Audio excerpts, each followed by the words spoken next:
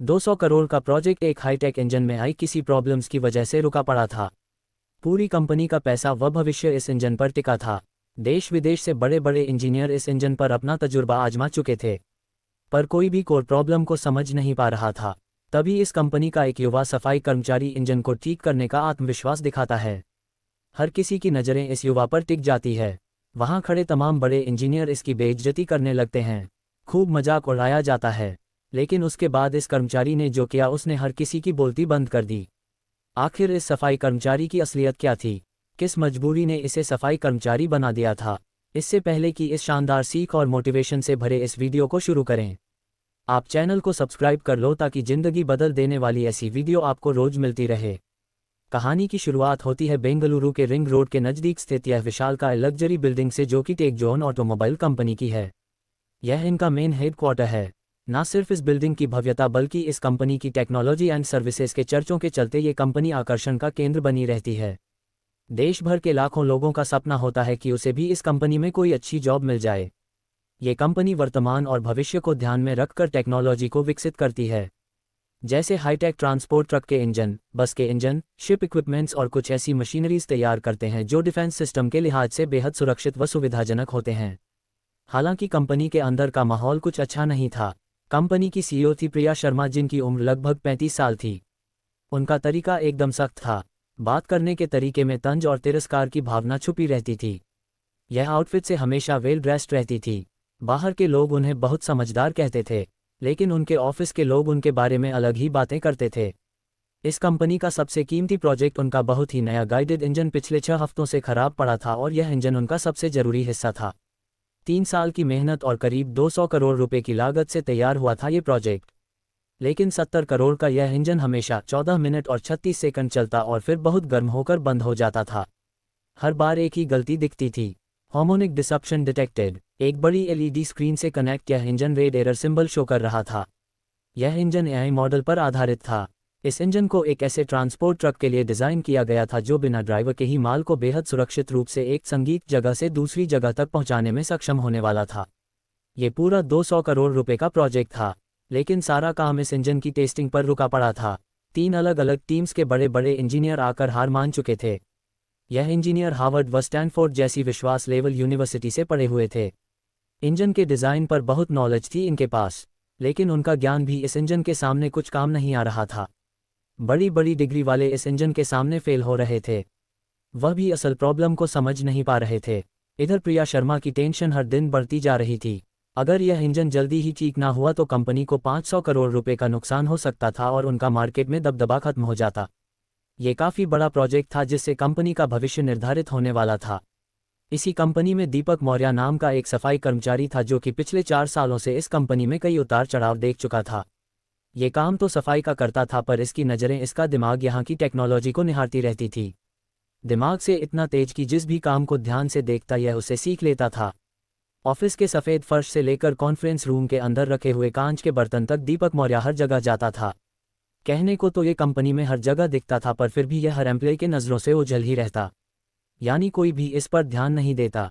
ये जब भी कोई टेक्निकल नॉलेज बताता तो एम्प्लॉय उसका मजाक उड़ाने लगते, उसे डांट कर भगा देते। कोई भी उसे सीरियस नहीं लेता। दीपक के पास एक छोटे कॉलेज से इंजीनियरिंग की डिग्री थी। उसने ये डिग्री बड़े सपनों के साथ ली थी, लेकिन जिंदगी में हालात कुछ ऐसे बन गए जिसने उसे एक सफाई कर्मचारी बना दिया।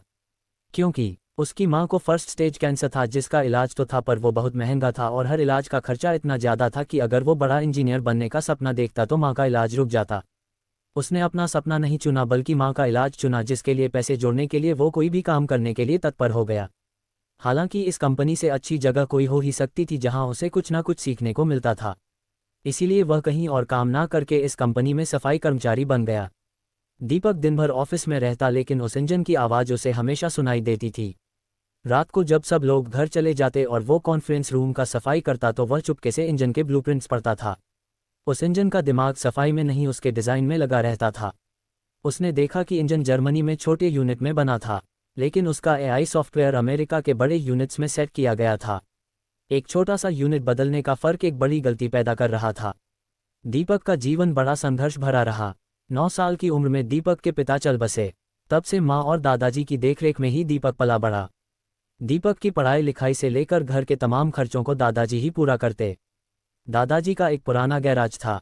दीपक पढ़ाई लिखाई में बहुत अच्छा था, तेज बुद्धि का था। वो अक्सर स्कूल से आकर अपने दादाजी के गैराज पहुंच जाता और उनके काम में हाथ बटाने लगता।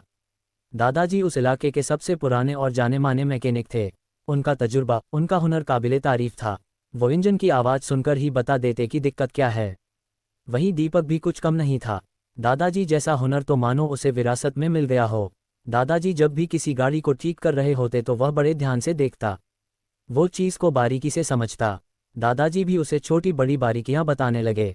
दीपक की उम्र भले कम थी पर उसकी लगन और उसका इस काम में प्यार व समर्पण देखकर दादाजी दीपक को भी मैकेनिक के काम की बारीकियां बताने लगे। दादाजी दीपक का नाजुक हाथ चल रहे इंजन पर रखते थे और कहते थे, बेटा इस धड़कन को महसूस करो। एक इंजन तुम्हारी डिग्री से कोई मतलब नहीं है, उसे सिर्फ उसके धड़कन सुनने वाले की जरूरत है। मशीन की भाषा समझो, वो तुमसे कभी झूठ नहीं बोलेगी। दादाजी ने उसे सिखाया था कि इंजन को उसकी आवाज़ से, उसके वाइब्रेशन यानी कंपन से और यहाँ तक कि हल्की सी बदबू से भी कैसे प्रॉब्लम की पहचान की जाती है। दादाजी ने सीख दी कि बेटा जीवन में कोई काम तब तक ही मुश्किल लगता है जब तक उसकी सही जानकारी हमारे पास नहीं होती। जब तुम पूरी लगन से सीखोगे तो दुनिया का कोई भी काम जल्दी सीख सकते हो और बार बार प्रैक्टिस मेहनत तुम्हें तुम्हारे काम में कुशल बनाएगी, तुम्हारी स्किल को निखारेगी। 16 साल की उम्र तक दीपक इतना माहिर हो गया कि वो पूरा इंजन अब आंख बंद करके बना सकता था। लेकिन फिर हालात बदल गए। दादाजी एक दिन चल बसे। संगीत, उनके अंतिम संस्कार में शहर भर के मैकेनिक और इंजीनियर आए थे। लेकिन दीपक मन में वो ज्ञान और हाथों में हुनर आज भी था। उसके अंदर चीज़ों को जानने समझने की प्रबल इच्छा उसे इस कंपनी में ले आई थी। गुरुवार का दिन था। कंपनी की किस्मत आज तय होने वाली थी। जर्मनी से बड़े इन्वेस्टर मिस्टर स्मिथ और उनकी टीम वहां मौजूद थी। उनके पास करीब 800 करोड़ रुपए की फंडिंग थी। डॉक्टर लेखा, जो एक बहुत बड़ी इंजीनियर थी, वह भी उनके साथ थी। उनकी तेज नज़र से कोई गलती छुप नहीं सकती थी। एक बड़े हॉल के अंदर प्रिया शर्मा की मौजूदगी में उस नए इंजन का आखिरी टेस्ट चल रहा था जिस पर बहुत बड़ी डील टिकी हुई थी। लेकिन इंजन कुछ समय चलते ही बंद हो जाता। इंजन से निकलता धुआं सबकी चिंता का बादल बन गया। प्रिया शर्मा ने तुरंत एक इमरजेंसी मीटिंग बुलाई। हॉल में 200 एम्प्लॉइज जमा हो गए। प्रिया ने घबराहट वाली आवाज़ में कहा, इंजन काम नहीं कर रहा है, अब हम खर्चे कम करेंगे। वह लोग जिनकी ज़रूरत नहीं है उन्हें तुरंत कंपनी से निष्कासित कर दिया जाएगा। दूर खड़ा दीपक बहुत देर से ये सब देख रहा था। दीपक हिम्मत बांधते हुए उन लोगों के करीब आकर कुछ ऐसा बोल दिया कि वहां मौजूद सबकी नज़र दीपक पर टिक गई। दीपक अपना एक हाथ उठाते हुए बोला, मैम, मुझे लगता है कि गलती सॉफ्टवेयर में नहीं बल्कि इंजन के कंपन यानी हार्मोनिक फ्रीक्वेंसी सेट करने में है। 200 लोगों के चेहरे एक साथ दीपक की तरफ मुड़ गए। मिस्टर स्मिथ और डॉक्टर लेखा भी हैरानी से आगे झुक गए। प्रिया शर्मा का गुस्सा आसमान छू रहा था। वो सबके सामने दीपक को जलील करने के लिए तंज कसते हुए बोली, ओए देखो, हमारे सफाई कर्मचारी को इंजीनियरिंग का ज्ञान हो गया। जिस मशीन को इतने बड़े इंजीनियर ठीक नहीं कर पाए वो तुम ठीक करोगे। वहां मौजूद कुछ एम्प्लॉय दीपक को तिरस्कार की नज़र से देख रहे थे तो कुछ हैरान भी थे कि इसे इतना सब कैसे पता। प्रिया शर्मा फिर से तिलमिलाते हुए बोली, अबे घोंचू, तुम्हें पता भी है यह इंजन कितने जाए? यह कोई आम गाड़ी या गराज में खराब पड़ा साधारण इंजन नहीं जिसे तुम ठीक कर दोगे। कोई जानकारी है तुम्हें इसके बारे में? जो उठाए मुंह बोल दिया कुछ भी। दीपक एक बार फिर आत्मविश्वास के साथ बोला, अरे मैम, मुझे एक चांस तो दीजिए, मैं इंजन की कोर प्रॉब्लम को समझ रहा हूँ। दीपक रिक्वेस्ट करता ही जा रहा था। वहां मौजूद डॉक्टर लेखा ने दीपक के चेहरे पर एक आत्मविश्वास देखा। उन्हें लगा कि शायद ये कुछ कर सकता है, इसे एक मौका मिलना चाहिए। डॉक्टर लेखा टोकते हुए स्वर में, रुकिए मिस प्रिया जी, हमें लगता है इस व्यक्ति को एक मौका देना चाहिए। हो सकता है कोई बात बन जाए, और वैसे भी हमारे पास दूसरी कोई ऑप्शन नहीं।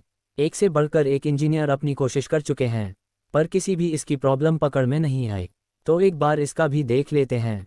तभी भीड़ से भी आवाज आए, हाँ, एक मौका दिया जाए। रिया शर्मा एक शर्त रखते हुए बोली, ठीक है दीपक, ये तुम्हारा चैलेंज है। तुम्हारे पास ठीक 2 घंटे हैं। इस 200 करोड़ के इंजन को सबके सामने ठीक कर दो। अगर तुम कामयाब हुए तो तुम्हें तुरंत सीनियर इंजीनियर बना दिया जाएगा, और अगर तुम फेल हो गए तो सिर्फ नौकरी नहीं जाएगी, तुम्हें हमेशा के लिए इस बिल्डिंग से बाहर कर दिया जाएगा, और मैं खुद तुम्हारे बारे में सबको बताऊंगी कि तुम कितने बड़े नाकामयाब आदमी हो। रिया मन ही मन सोच रही थी कि यह सफाई कर्मी क्या ही जानता होगा, उल्टा और ख़राब कर देगा।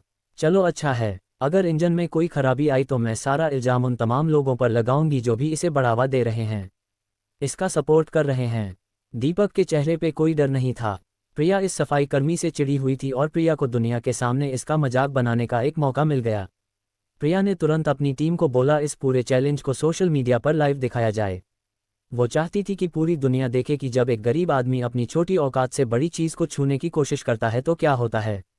दीपक के दिमाग में सिर्फ दादाजी की आवाज़ गूंज रही थी। दीपक इंजन को शुरू करने को कहता है। इंजन शुरू किया जाता है। दीपक शांत खड़ा होकर बड़े ध्यान से इंजन की आवाज़ को सुन रहा था।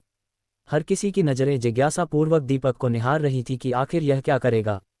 डॉक्टर लेखा दीपक के पास आए। उन्होंने धीरे संगीत से पूछा, जवान आदमी क्या तुम सच में ये करना चाहते हो?